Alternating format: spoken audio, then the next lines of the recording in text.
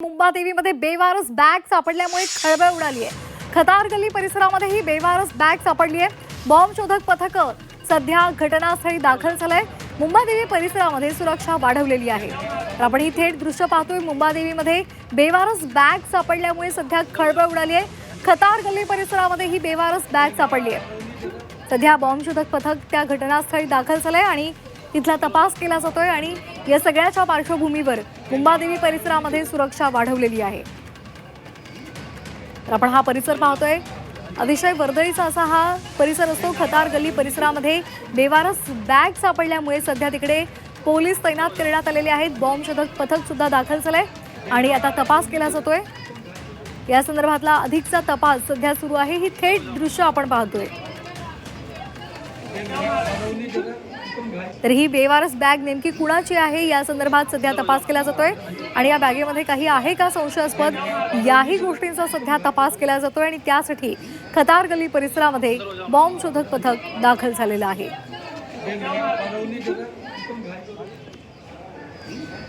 मुंबादेवी परिसरातली ही दृश्य आपण पाहतोय। मुंबादेवी परिसरात सध्या बेवारस बॅग सापडल्यामुळे खळबळ उडाली आहे। कृष्णात पाटील आमचे प्रतिनिधी आपल्याला अधिकची माहिती देत आहेत। कृष्णात, बेवारस बॅग सापडली आहे, सध्या तिथला तपास केला जातोय।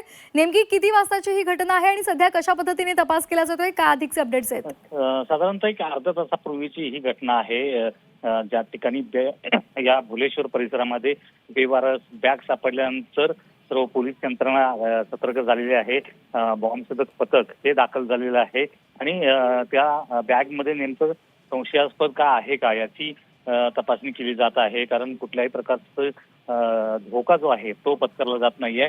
कारण बेवारस बॅगमध्ये काही असू शकतं अशा प्रकारचे नेहमीच आपल्याला त्या संदर्भात नेहमीच अलर्ट राहावं लागतं आणि त्यानुसार मुंबई पोलिसांचं पथक त्या ठिकाणी दाखल झालेलं आहे आणि संपूर्ण रस्ता जो आहे तो देखील वाहतुकीसाठी बंद करण्यात आलेला आहे आणि बॉम्ब शोधक पथकाकडून संबंधित बॅगची तपासणी केली जात आहे। धन्यवाद कृष्णा दिलेल्या माहितीसाठी।